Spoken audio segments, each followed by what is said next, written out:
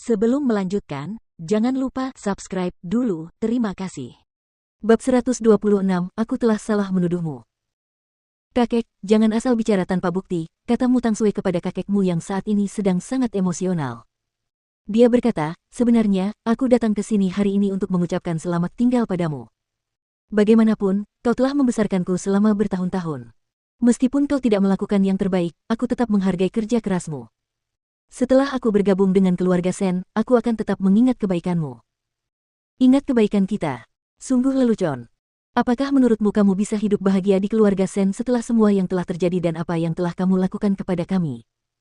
Jika keluarga Sen tidak tahu siapa dirimu, aku dengan senang hati akan menceritakan kisahmu kepada mereka. Kakekmu tidak akan membiarkan Mu Tangsue pergi begitu saja. Dia tidak mungkin meninggalkan keluargamu tanpa membayar harga atas perbuatannya, yang membuat putranya kehilangan segalanya, keluarganya, uangnya, dan kejayaannya.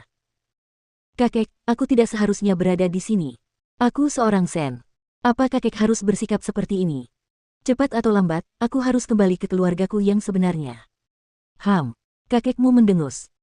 Dia mengetuk lantai dengan marah menggunakan tongkatnya dan berkata, tidak ada salahnya pergi ke keluarga Sen, tetapi kamu harus menjelaskan apa yang sebenarnya terjadi pada nenekmu. Kita tidak bisa menyingkirkannya, bukan? Mu Tangsue terdengar tidak berdaya. Kemudian, dia berkata, tidak ada yang bisa kulakukan jika kau tidak percaya padaku. Tidak peduli seberapa keras ia berusaha menyembunyikannya, orang-orang masih dapat merasakan kesombongannya saat ia berbicara, seolah-olah tak seorang pun sanggup menghadapinya lebih lama lagi. Untuk kasus ibu, saya akan sampaikan semua yang saya tahu kepada polisi agar mereka bisa memecahkan kasus ini. Jangan berani-beraninya kau membicarakan ini. Kau yang merencanakannya. Teriak papamu sambil menunjuk ke arah Mu Tangsue. Dan sekarang kau ingin aku menanggung semua kesalahannya. Aku yang merencanakannya. Aku sedang tidur saat kebakaran terjadi. Aku bahkan tidak tahu bagaimana itu terjadi. Dan aku ingin menyelamatkan ibu saat itu, tetapi pintu rumahku terkunci. Dan kamu bilang aku yang merencanakan semua ini. Pamanmu, siapa yang akan percaya jika kamu mengatakannya dengan lantang? Papamu ingin menangkap Mu Tangsue ketika dia mendengarnya tetapi dihentikan oleh pengawal. Tuanmu, tolong tahan dirimu. Apakah keluarga Sen benar-benar bisa menerima wanita jahat ini? Tanya papamu. Ia terengah-engah dengan marah. Tugas kami hanya menjaga keselamatan nonamu. Kami tidak punya hak untuk ikut campur dalam hal lain. Dengan perlindungan dari keempat pengawal, tentu saja Mu Tangsue bisa mengabaikan ayah dan anak dari keluargamu. Jadi, dia bertindak lebih arogan. Meskipun papamu sangat marah, dia tidak bisa berbuat apa-apa pada Mu Tangsue. Ngomong-ngomong, ibu bilang kamu pasti ada hubungannya dengan apa yang terjadi pada Tuan Sen, kata Mu Tangsue. Dia tidak takut saat ada pengawal. Dia tidak perlu takut diserang. Rasanya sangat mendebarkan. Ia tidak pernah memiliki kesempatan untuk bersikap sombong di hadapan orang-orang ini. Ia selalu berusaha merendahkan suaranya dan menyenangkan mereka. Sekarang, akhirnya, ia bisa mengabaikan wajah mereka sama sekali. Ketika papamu mendengar apa yang dikatakan Mu Tangsue, dia terkejut. Kemudian, dia marah karena merasa bersalah. Dia berteriak, jika kamu terus berbicara omong kosong, aku akan merobek mulutmu. Kamu tidak bisa. Mu Tangsue telah bersikap jinak selama lebih dari 10 tahun tinggal bersama pria ini. Ketika dia melihat reaksinya, dia hampir yakin bahwa pria itu ada hubungannya dengan apa yang terjadi pada Sen Jianchuan. Jika kamu ada hubungannya dengan insiden ini, keluarga Sen tidak akan membiarkanmu pergi. Jadi, sekarang aku akan pergi ke keluarga Sen, aku tidak akan menjadi putri keluargamu lagi. Aku tidak ingin ada hubungan apapun dengan keluargamu lagi. Kemudian, Mu Tangsue berbalik dan hendak pergi. Tiba-tiba, kakekmu memanggilnya. Suir. Apa? Suatu hari nanti kamu akan menyesalinya. Tidak, aku tidak akan melakukannya. Setelah itu, dia melangkah keluar dari rumah keluargamu dengan bangga. Dia meninggalkan keluargamu yang dia benci untuk selamanya. Di masa depan, dia akan menjadi wanita bangsawan keluarga Sen. Dia tidak perlu menjalani kehidupan yang sederhana lagi. Melihat Mu Tangsue meninggalkan rumah, kakekmu terhuyung mundur beberapa langkah. Dia memukul dadanya beberapa kali dan berkata, aku buta. Aku benar-benar buta. Adapun papamu, dia sedang memikirkan cara untuk menjaga rahasianya. Dia tidak boleh membiarkan Mu Tangsue mengungkapkan kebenarannya. Jadi, dia melakukan hal yang paling egois dan gila.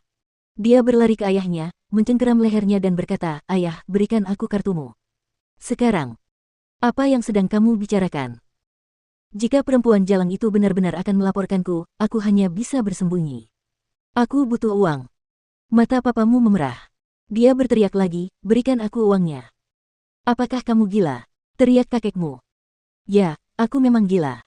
Aku memang sudah gila sejak lama, jawab papamu. Ia mengerahkan lebih banyak tenaga di tangannya. Kemudian, ia bertanya, katakan padaku. Di mana kartunya? Kakekmu tidak punya pilihan lain dan memberinya kartu itu. Dia tidak pernah menyangka bahwa putranya bisa memperlakukannya seperti ini. Setelah papamu mendapatkan apa yang diinginkannya, dia melarikan diri. Dan kakekmu ditinggal sendirian di rumah, di lantai, terbaring tak berdaya. Ketika Mukiki dan Suzy Pei sampai di rumah, mereka melihat pintu terbuka lebar. Mereka segera masuk ke dalam rumah. Di ruang tamu, mereka melihat seorang lelaki tua duduk di lantai, menangis dengan sedih dan menyedihkan. Ketika melihat Mukiki, kakekmu mengulurkan tangannya dan berkata, Kiki, aku telah menuduhmu secara salah. Aku salah. Mukiki menangis dan berjalan ke arah kakekmu. Kemudian, dia dan Suzy Pei membantunya berdiri. Kamu baik-baik saja. Apakah kamu perlu pergi ke rumah sakit? Kakekmu menatap Mukiki dengan penuh rasa bersalah. Wajahnya masih basah oleh air mata. Kakekmu bukan lagi lelaki yang suka mendominasi. Ia bukan lagi orang yang suka menghitung. Yang ada di wajahnya hanyalah rasa bersalah. Ia membenci dirinya sendiri karena telah menaruh kepercayaannya pada orang yang salah. Kiki. Kakek. Kamu tidak ada sangkut pautnya dengan meninggalnya nenekmu. Itu ulahmu Tang Sui. Aku salah. Aku berbuat salah padamu. Kakekmu menangis dengan sangat sedih. Untuk sesaat, dia tampak seperti anak kecil.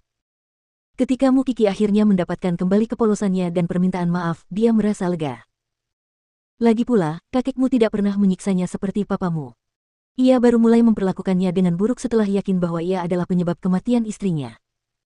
Mustahil bagiku untuk tidak marah padamu, kata Mukiki. Tentu saja, jawab kakekmu. Kemudian, ia berkata, sekarang aku belajar dari kesalahanku karena mempercayai orang yang salah. Aku pantas menerimanya. Kakek, sebenarnya kamu tidak perlu bersedih. Kakek masih punya 2 putra lainnya. Kakek sudah tua, jadi kamu tidak perlu terlalu keras pada dirimu sendiri. Apakah kamu membenciku, Kiki?